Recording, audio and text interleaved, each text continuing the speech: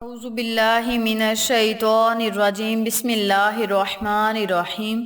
محترم سامعین، السلام علیکم ورحمۃ اللہ وبرکاتہ۔ میں آپ کو اپنے چینل اقصیٰ اسلامک ایجوکیشن میں خوش آمدید کہتی ہوں اور دعا کرتی ہوں اللہ تعالیٰ آپ سب کو خوش رکھے، آباد رکھے اور آپ پر اپنی ہزار رحمتیں بارش کی طرح برسائے۔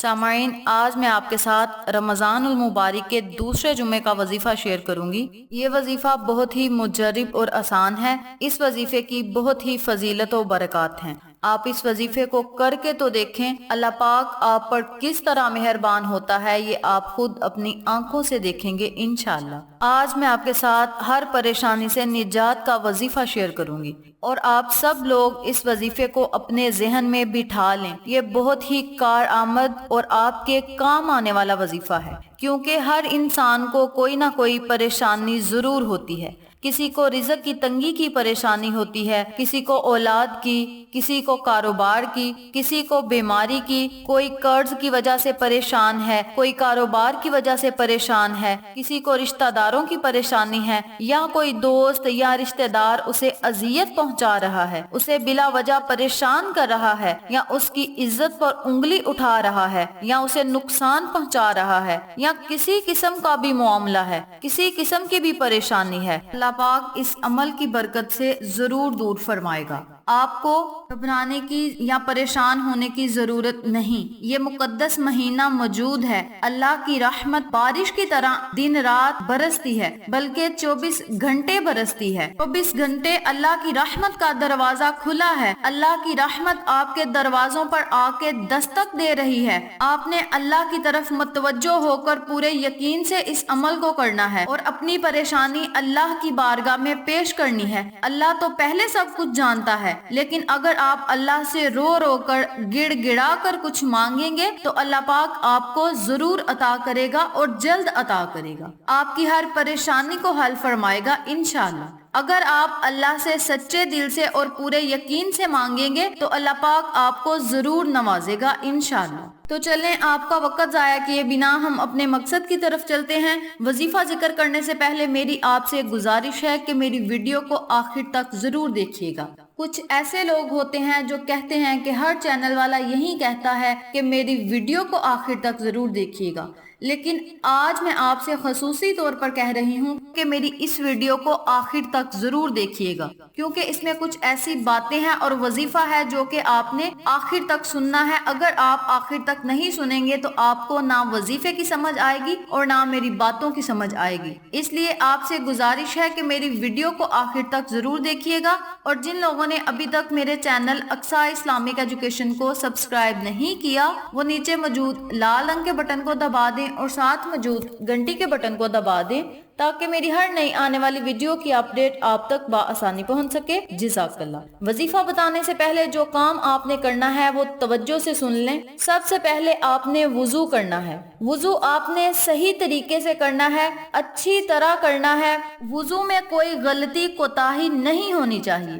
وضو کے کیا کیا فرائض ہیں اور کیسے کرنا ہے، ان تمام باتوں کو مد نظر رکھتے ہوئے آپ نے پہلے وضو کرنا ہے۔ وضو آپ نے مکمل طریقے سے کرنا ہے۔ قرآن مجید میں بتایا گیا ہے فَاغْسِلُوا وُجُوهَكُمْ وَأَيْدِيَاكُمْ وَامْسَحُوا بِأَرْجُلِكُمْ وَأَرْجُلَكُمْ إِلَى الْقَعْبَيْنِ۔ یہ 4 وضو کے فرائض ہیں جو قرآن مجید میں بتا دیے گئے ہیں۔ چہرے کو مکمل طریقے سے دھونا، ایک کان کی لو سے لے کر دوسرے کان کی لو تک، اور بالوں کے اگنے کی جگہ سے لے کر یعنی پیشانی سے لے کر تھوڑی کی ہڈی کو نیچے تک آپ نے دھونا ہے۔ کوئی جگہ چہرے کی خشک نہ رہے، مکمل طور پر آپ نے چہرے کو دھونا ہے۔ یہ وضو کے فرائض میں شامل ہے۔ وَإِيدِيَاكُمْ، ہاتھوں کو کوہنیوں سمیت دھونا، یہ بھی فرض ہے۔ اس کے علاوہ چوتھائی سر کا مسح کرنا، یہ بھی فرض ہے، اور پاؤں کو ٹہنوں سمیت دھونا، یہ بھی فرض ہے۔ باقی سنت ہیں، اور یاد رکھیں اگر ان میں سے ایک فرض بھی رہ گیا تو وضو مکمل نہیں ہوگا۔ اگر وضو مکمل نہ ہوا تو نماز بھی نہیں ہوگی۔ اس لیے میں نے آپ کو پہلے ہی بتا دیا ہے کہ احتیاط ضروری ہے۔ یہ تھا وضو کا طریقہ۔ اب میں آپ کو وظیفہ بتاتی ہوں۔ وظیفہ کرنے کا طریقہ اچھی طرح سن لیں اور سمجھ لیں۔ سب سے پہلے آپ نے وضو کرنا ہے جس طریقہ کار سے میں نے آپ کو بتایا ہے۔ پھر آپ نے 2 رکعت نوافل نماز حاجت کے ادا کرنے ہیں۔ جس طرح نماز ادا کرتے ہیں اسی طرح آپ نے نوافل بھی ادا کرنے ہیں۔ جب آپ نے جمعہ کی نماز ادا کر لینی ہے تو اس کے بعد بھی آپ یہ نفل پڑھ سکتے ہیں، نہیں تو آپ کے پاس فجر کی نماز سے لے کر عشاء کی نماز تک ٹائم ہے، جمعے کا سارا دن ہے آپ کے پاس۔ آپ جب چاہیں اس عمل کو، اس وظیفے کو کر سکتے ہیں۔ آپ نے 2 رکعت نوافل نماز حاجت کے پڑھنے ہیں، اور نوافل آپ نے ویسے ہی پڑھنے ہیں جس طرح ہم نماز ادا کرتے ہیں۔ اور نوافلوں میں آپ قرآن مجید کی کوئی سی سورت بھی پڑھ سکتے ہیں یا کوئی سی 3 چھوٹی آیات پڑھ سکتے ہیں۔ اگر آپ کو کوئی سورت یا کوئی آیت نہیں آتی تو آپ سورت اخلاص 1 مرتبہ یا 3 مرتبہ پڑھ لیں تو بہتر ہے۔ جب 2 رکعت نوافل نماز حاجت کے ادا کر لیں تو پھر اسی جگہ کھڑے ہو جانا ہے جہاں آپ نے نوافل ادا کیے ہیں۔ جائے نماز پر آپ نے کھڑے ہو جانا ہے، قبلہ کی طرف منہ کرنا ہے، اور کھڑے ہو کر آپ نے 11 مرتبہ درود ابراہیمی پڑھنا ہے۔ جب آپ درود ابراہیمی پڑھ لیں تو پھر آپ نے جائے نماز پر بیٹھ جانا ہے۔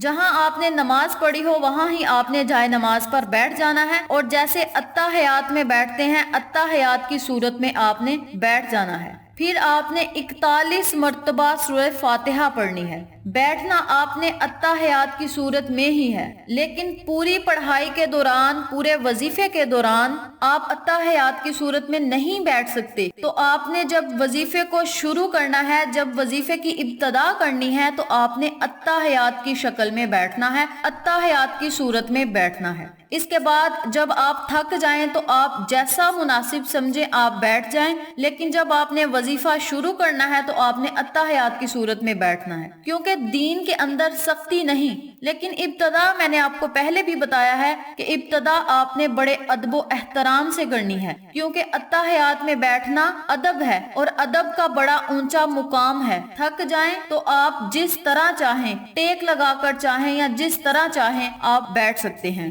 تھک جائیں تو آپ چوکڑی مار کر بھی بیٹھ سکتے ہیں، ٹیک لگا کر بھی بیٹھ سکتے ہیں، جس طرح آپ کو سہولت لگے آپ بہتر سمجھیں آپ بیٹھ جائیں۔ پہلے آپ نے 2 رکعت نوافل پڑھنے ہیں، پھر آپ نے اسی جگہ کھڑے ہو کر 11 مرتبہ درود پاک پڑھنا ہے، پھر آپ نے جائے نماز پر بیٹھ کر 41 مرتبہ سورہ فاتحہ پڑھنی ہے۔ سورہ فاتحہ آپ نے بسم اللہ الرحمن الرحیم سے شروع کرنی ہے۔ ہر دفعہ سورہ فاتحہ شروع کرنے سے پہلے آپ نے بسم اللہ الرحمن الرحیم کو 2 مرتبہ پڑھنا ہے۔ جب 1 مرتبہ بسم اللہ الرحمن الرحیم پڑھ لیں تو پھر آپ نے دوسری مرتبہ بسم اللہ پڑھنی ہے، اور جب دوسری مرتبہ بسم اللہ الرحمن الرحیم پڑھنی ہے تو بسم اللہ کے میم کو لام کے ساتھ ملا کر پڑھنا ہے۔ میں آپ کو پڑھ کر سناتی ہوں، توجہ سے سن لیں۔ جب آپ نے بسم اللہ کو پہلی مرتبہ پڑھنا ہے تو آپ نے اس طرح پڑھنا ہے، بسم اللہ الرحمن الرحیم، یہ 1 مرتبہ ہو گیا۔ پھر آپ نے جب دوسری مرتبہ بسم اللہ پڑھنی ہے تو آپ نے اس طرح پڑھنی ہے، بسم اللہ الرحمن الرحیم الحمد للہ رب العالمین۔ اسی طرح آپ نے دوسری صورت کو بھی مکمل کرنا ہے، یعنی شروع آپ نے بسم اللہ سے کرنی ہے، اور ہر دفعہ آپ نے 2 مرتبہ بسم اللہ پڑھنی ہے۔ پہلی مرتبہ آپ نے بسم اللہ کو مکمل پڑھنا ہے، دوسری مرتبہ جب آپ نے بسم اللہ الرحمن الرحیم پڑھنی ہے تو میم کو لام سے ملا دینا ہے۔ میں پھر آپ کو پڑھ کے سناتی ہوں، توجہ سے سن لیں، بسم اللہ الرحمن الرحیم الحمد للہ رب العالمین۔ اس طرح آپ نے سورہ فاتحہ پڑھنی ہے میم کو لام کے ساتھ ملا کر۔ آپ نے ڈائریکٹ الحمدللہ شروع نہیں کر دینی، بلکہ بسم اللہ کے میم کو لام کے ساتھ ملا کر پڑھنا ہے، اور درمیان میں سانس نہیں توڑنا۔ جس طرح میں پڑھ رہی ہوں ویسے ہی آپ نے پڑھنا ہے، بسم اللہ الرحمن الرحیم الحمد للہ رب العالمین۔ دیکھیں میں نے یہاں سانس کو نہیں توڑا، آپ نے بھی رب العالمین تک سانس کو نہیں توڑنا، ایک سانس سے ہی پڑھنی ہے، اور پھر آپ نے سورہ فاتحہ مکمل کرنی ہے۔ آگے چل کر سانس ٹوٹ بھی جائے تو کوئی بات نہیں، لیکن شروع میں آپ کا سانس نہیں ٹوٹنا چاہیے۔ سورہ فاتحہ کو آپ سکرین پر بھی دیکھ سکتے ہیں۔ اگر آپ اسی طریقہ کار سے اسی ترتیب سے وظیفہ کریں گے تو 82 ٹائمز یعنی 82 مرتبہ بسم اللہ ہو گئی اور 41 مرتبہ سورہ فاتحہ ہو گئی، کیونکہ بسم اللہ ہر دفعہ آپ نے شروع میں 2 مرتبہ پڑھنی ہے، تو 41 پلس 41 82 ٹائمز یعنی 82 مرتبہ ہو گیا اور 41 مرتبہ سورہ فاتحہ ہو گئی۔